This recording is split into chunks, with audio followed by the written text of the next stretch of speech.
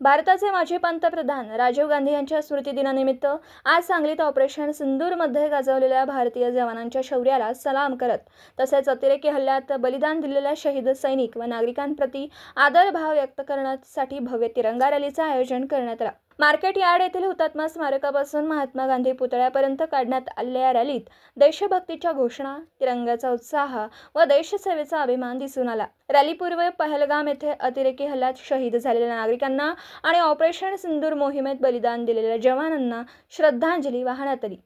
भारतीय सेनेच्या colonel Sofia Qureshi व विंग कमांडर व्योमित सिंह या महिला अधिकाऱ्यांच्या शौर्याचा यावेळी विशेष गौरव करण्यात आला। ऑपरेशन सिंदूर ही फक्त एक सैनिकी मोहीम नव्हती, तर ती भारतीय जवानांच्या असामान्य शौर्य, निष्ठा आणि समर्पणाचे साक्ष देणारी मोहीम ठरली आहे। देशाच्या सुरक्षेसाठी लढणाऱ्या सैनिकांनी दहशतवादांना चोख प्रत्युत्तर देत भारताचा गौरव उंचावला। ही तिरंगा यात्रा शहीद सैनिकांप्रती कृतज्ञता व्यक्त करणारी आणि देशभक्तीचा जागर करणारी ठरली। या रॅलीत खासदार विशालदादा पाटील, काँग्रेस ग्रामीण जिल्हाध्यक्ष माजी आमदार विक्रमसिंह सावंत, शहर जिल्हाध्यक्ष पृथ्वीराज बाबा पाटील, मान्य जितेश कदम यांच्यासह काँग्रेस पक्षाचे सर्व पदाधिकारी, कार्यकर्ते आणि असंख्य नागरिक मोठ्या संख्येने सहभागी झाले होते। अत्यंत क्रूर असा दहशतवादी हल्ला झाला।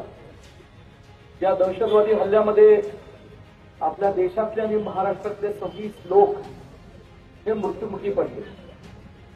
गेल्या अनेक वर्षांपासून आपल्या देशाने सहनशीलता बाळगून दहशतवादी हल्ले सहन केले। ज्या वेळेस अतिरेक झाला त्या वेळेस आपला देश हा कणखर नेतृत्वाखाली या दहशतवादाला चोख उत्तर देण्याकरता युद्धाचा मार्ग आपण स्वीकारला। 1961 साली 1971 साली आपल्या भारत देशाला युद्धाला सामोरं जावं लागलं आणि देशाच्या संरक्षणासाठी, देशातील जनतेच्या संरक्षणासाठी, देशाचा स्वाभिमान टिकवण्यासाठी आपण त्या युद्धात आपल्या जवानांच्या बळावर आपण यशस्वी झालो। आज स्वर्गीय राजीवजी गांधींची पुण्यतिथी आणि दहशतवादाने त्यांचा जीव घेतला। दहशतवादाने स्वर्गीय इंदिराजी गांधींचा जीव घेतला। दहशतवादाने या देशातील आपल्या असंख्य हजारो लाखो नागरिकांचा बळी घेतला। अशा दहशतवादाला विरोध करण्याकरता आज राजीवजी गांधींच्या पुण्यतिथीचा हा दिवस दहशतवाद विरोधी दिवस म्हणून संपूर्ण भारतात आज मानला जातो। आज अशा सध्याच्या देशाच्या युद्धाच्या परिस्थितीमध्ये माझ्या आधीच्या वक्त्यांनी सांगितलं म्हणून निश्चित स्वरूपात जे निष्पाप लोक मृत्युमुखी पडले त्यांना आपल्या सर्वांच्या वतीने आपण श्रद्धांजली वाहिलीच पाहिजे। परंतु ज्या आपल्या सैन्य दलाने आणि जवानांनी आपला देशाचा स्वाभिमान टिकवण्याकरता, या दहशतवादाला चोख उत्तर देण्याकरता जे पाकिस्तानमध्ये जाऊन हल्ले केले आणि आपल्या देशाच्या या जगभरात या ठिकाणी मान उंचवण्याचं काम केलं आणि दहशतवाद मोडून काढला, अशा जवानांचं सुद्धा कौतुक आपण सर्वांनी केलं पाहिजे। खरं विक्रमदादांनी उल्लेख केला 1971चा, त्यावेळेस रिचर्ड निक्सन हे अमेरिकेचे राष्ट्राध्यक्ष होते। त्या काळात त्या परिस्थितीत ते पाकिस्तानच्या सोबत होते आणि स्वर्गीय इंदिराजी गांधींना त्यांनी या ठिकाणी धमकवण्याचा प्रयत्न केला आणि सांगितलं की जर तुम्ही पाकिस्तानवर हल्ला केलात, जर तुम्ही बांगलादेशला स्वातंत्र्य मिळवून दिलं तर आम्ही भारत देशावर या ठिकाणी हल्ला करू।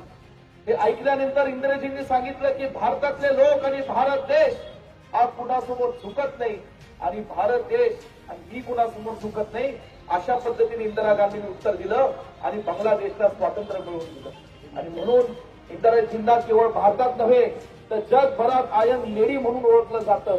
आणि त्या परिस्थितीत त्या ठिकाणी स्वर्गीय अटल बिहारी वाजपेयींनी सुद्धा लोकसभेमध्ये दुर्गा मातेचं रूप म्हणून इंदिराजी गांधींचा या ठिकाणी उल्लेख केलेला होता।